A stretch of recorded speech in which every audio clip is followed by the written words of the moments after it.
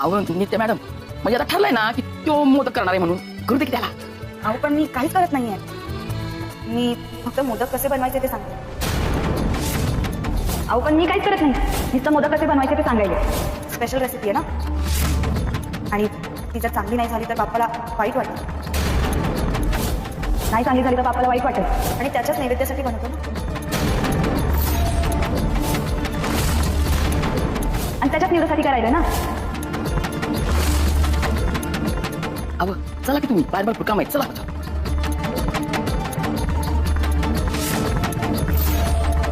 धीरज, काय झालं? काय नाही, सारण तयार करतोस ना? उभय द्या ते इथं.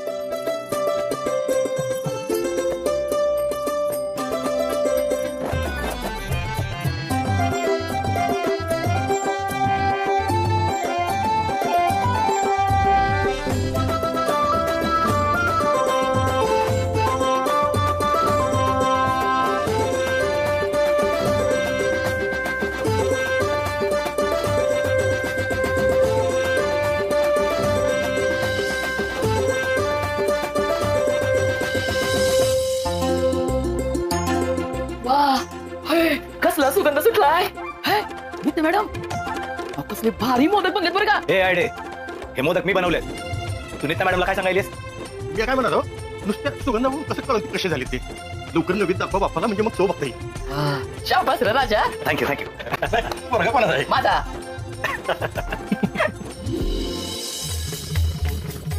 राजा मोदक आणतोयस ना बा? बापा वाट बघायलाय. वय भाई आलो.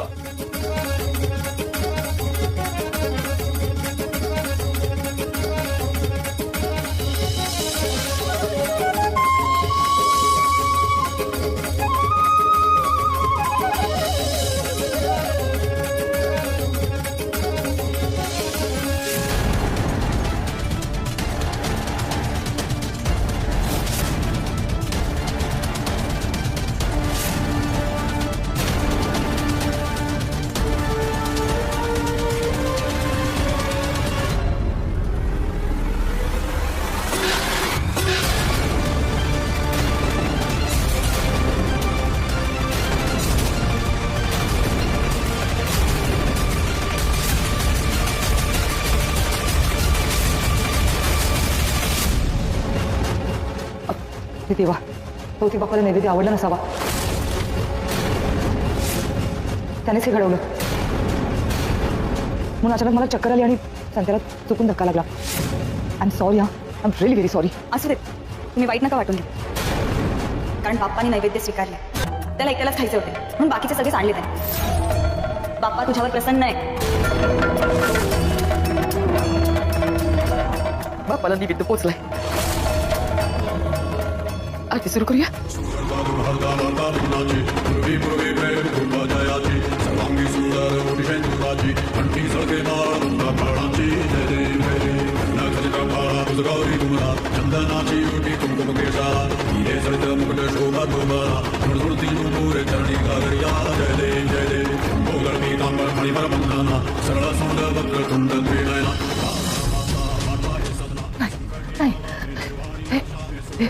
असं सगळं आधीसारखं नाही करू शकत.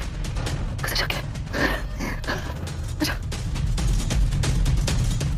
गोळ्या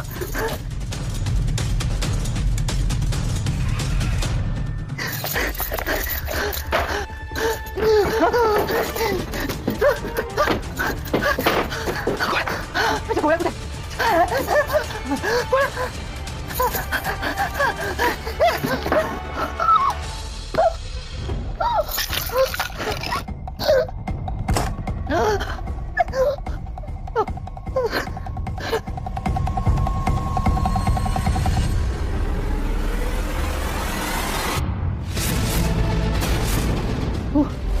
कसं वाटतंय? पाण्यातून काढलेल्या माशासारखी अवस्था झाली तुमची. खूप भीती वाटते का हो तुम्हाला? वाटायलाच. इथून पुढे सांभाळून राहा.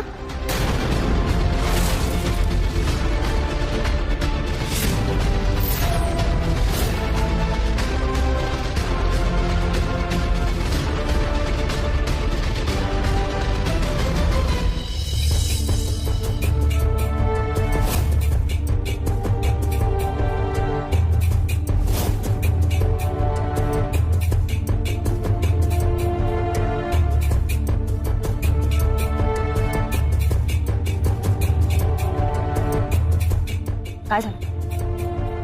काय नाही. एकटा नको ना विचार करूस. प्लीज माझ्या बरोबर शेअर कर. काय झालंय ते मला माहितीये, पण त्याबद्दल तुला काय वाटतं हे मला जाणून घ्यायचंय. गोंधळ उडालाय मनात. काल आरास करत असताना मी ती कुणीतरी माझ्याकडून करून घेते असं वाटलं होतं मला. आणि आज मोदकाची घटना, हे समजा कधीतरी घडलंय असं वाटतंय मला. तुला जे वाटतंय ते बरोबर आहे आणि त्याचे तुला लगेच अर्थही लागणार नाहीत.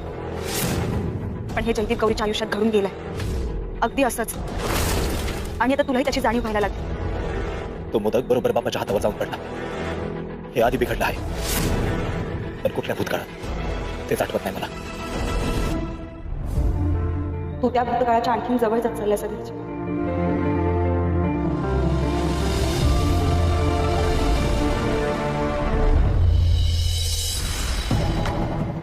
काय ग, कुठे निघाली हायस? नाही सांगत जा. मी कुठे बी जाईन, तुला काय करायचंय? जवळ तू सांगत नाहीस ना त्यावर तुला कुठे बी जाता येणार नाही. बोल, कुठे निघाली होतीस एवढ्या रात्री? काल बी गेली होतीस ना? तोंडावर पडली होतीस तू. अगं मालकीनबाईंना भेटायला गेले होते मी, ते बी तुझ्याच घरी. हे तुला कळलं असेलच ना? हा, पण आता मालकीनबाईंना भेटायला गेले होते हे तुझ्यासाठी. पण त्याच्या आधी कुठं होते आणि तिथनं कुठं गेले हे तुला काय माहित? हे तू शोधून दाखवत. चॅलेंज आहे माझं तुला. की बघ निघाले मी. कचरा कचरा टाकायला चालले होते अगं. आता हे समजा उचल आणि साफ कर. मी कशाला करू? तूच कर. पिशवी फाडली कोणी? तू. मग साफ कोण करणार? तू. कचरा कुंडीत फेकून यायचं. कळलं? लई सोडेली ही राजू. एकदा हिला रंगी हात पकडला ना, या केरा संगत हिला बी फेकून देईन कचरा कुंडीत.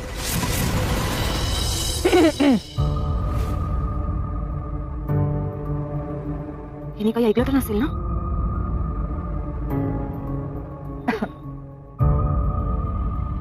डिस्टर्ब तर नाही केलं तुम्हाला? नाही नाही मालकीनबाई, अजून झोपला का नाही तुम्ही? अरे मला झोपच येत नाहीये. खरं सांगू खूप गिल्टी फील होत आहे. माझ्यामुळे मोदकांचं ताट खाली पडलं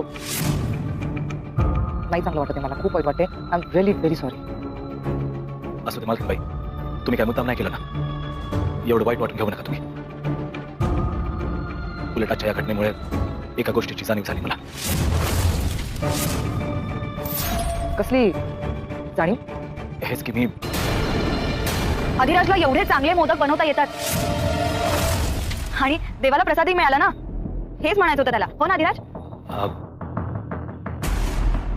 होय. ओ असं का?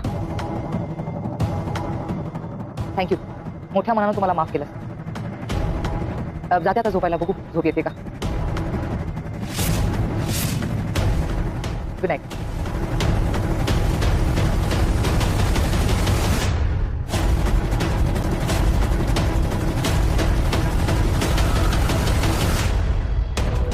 नित्या मॅडम, तुम्ही मला बोलू का नाही दिला? ही गोष्ट मी कुणाला सांगायला नाही पाहिजे का? जोपर्यंत तुझी खात्री पटत नाही, तुझं तुलाच कळत नाही ना, तोपर्यंत कोणालाही सांगू नकोस. आणि सांगावं असं वाटलंच तर कुठेतरी लिहून ठेव. जी जी घटना वाटते ती लिहून ठेव.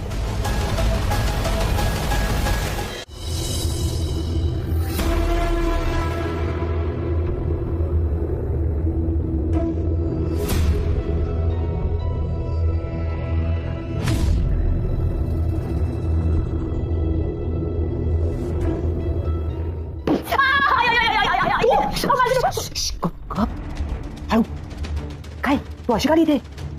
तुम्हालाच भेटायला आले होते. अगं मग फोन नाही करताय तुला येण्याच्या आधी? मला काय माहित तुम्ही जागे मला माझ्या पाठीतच हाणाल म्हणून. हो, जेव्हा मी तुम्हाला फोन करते तेव्हा केक सुद्धा असता तुम्ही माझ्यावरती, म्हणून मी सरळ निघून आले. कशाला आलीस इथे ते सांग. हा हो, ती राजमा हो ती रेस्ट हाऊसवरच होती. मी चढवली होती तिला. हो, पण मागून जाऊन बघते तर लपून छापून निघून गेली होती ती. मग मी बी काय सोडते हो तिला? मी बी गेली तिच्या मागावर. अहो तिच्या मागं गेले आणि अचानक गायबच झाली ती. कसलं जादूटोना शिकली का काय कुणाच ठाऊक बाबा. आणि मग म्हणलं एवढ्या लांब आलेच आहे तर लगेच तुम्हाला मी भेटूनच घ्यावं. हे सांगायचं होतं तर सरळ दाराने यायचंस ना. मला भेटायला आले ते सांगितल्यावर कोणी कसं अडवलं असतं तुला? अहो त्यांनी त्याचा काय नेम. पण मालकीनबाई, ह्या वेळेला कुमारिका पूजेला तिने त्या काहीतरी वेगळं करणार आहे का? म्हणजे तुम्हाला काही कळलं का? कसली कुमारिका पूजा? अहो दरवर्षी करतो आम्ही.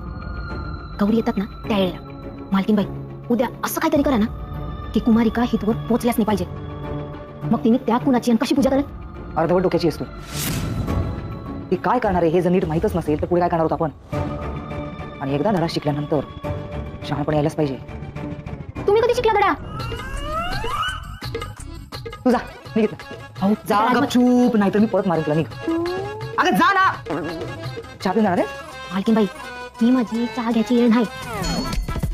येते. ए बावळट, इथून जा ना आता.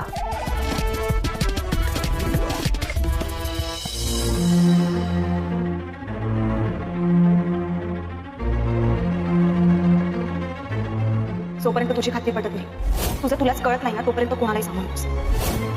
आणि सांगावं असं वाटलंच तर कुठेतरी लिहून ठेव.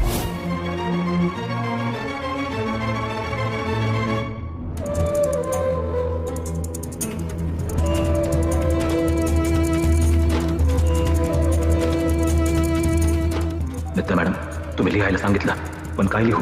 जे जाणवतं दिसतं ते हे समजत नाही, नाकारता बी येत नाही आणि स्वीकारावंसं बी वाटत नाही. सतेप्रमाणे कुमारिका पूजनाचा कार्यक्रम ठेवलाय घरी. पण ह्यावेळी कुमारिका पूजन आदिराजला जयदीपच्या आणखीन जवळ आणण्यासाठीचं एक मोठं पाऊल असणार आहे. आमगावात येतात ना पोरी? आमगावच्या हद्दीत नाही पोचल्या पाहिजे त्या. अहो काळजी करू नका,